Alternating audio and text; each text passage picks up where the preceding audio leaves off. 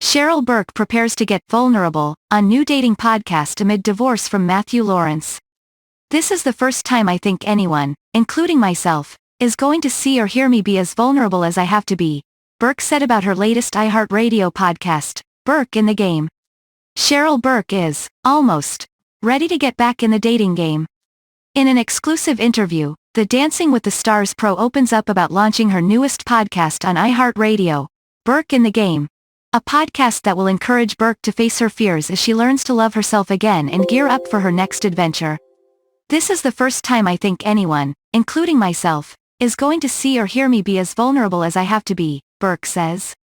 I'm always hiding behind the mirror ball. This is really opening up my life, which I feel like comes natural, but I also have to be okay to open up my heart, she adds. This is a really trying time for me right now in my life. And I think naturally what I tend to do is I tend to build a wall. And I am not attainable in that sense, but I think this is part of my work, is to let that guard down regardless of feelings and being able to be okay with that.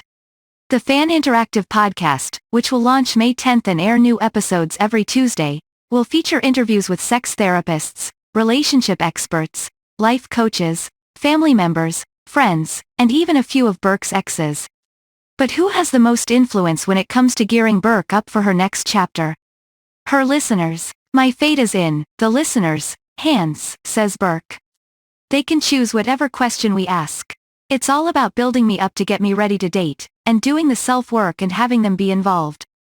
And, when do they think that I should start dating again? Is there a time frame? There's always room to grow, she continues. I also get very narrow-minded sometimes, and I'm very controlling and micromanaging. It's great that I'm being able to, and hopefully step by step of course, but be vulnerable enough to not always be in control of my fate, because it clearly hasn't worked. I don't think I have been 100% ready, as far as like loving myself, to know what I deserve, she says. To be ready for who I deserve. And what I'm trying to do is fall out of the pattern, the same pattern.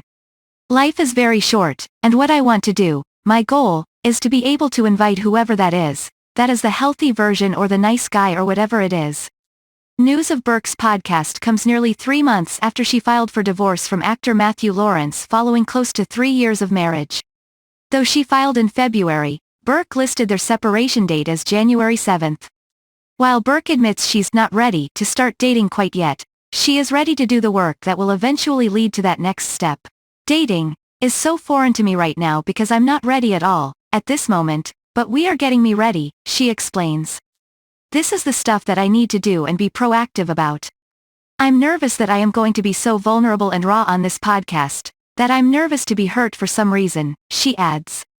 For me to have that wall up, there is that sense from when I was a little girl, that sense of maybe disloyalty or abandonment or whatever it may be, is triggering for me to be vulnerable because of that.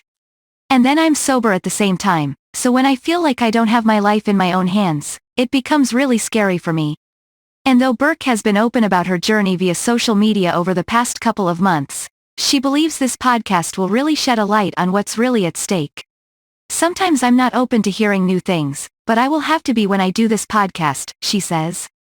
And so when it comes to freezing my eggs, I am 38 years old, and I know that I definitely need to start thinking about that. Now, I have to weigh out my career versus my mental health. And I don't think I'll ever get rid of the body dysmorphia. I think it'll always be there a little bit, but I have to weigh out the priorities in my life now, especially now that I'm single.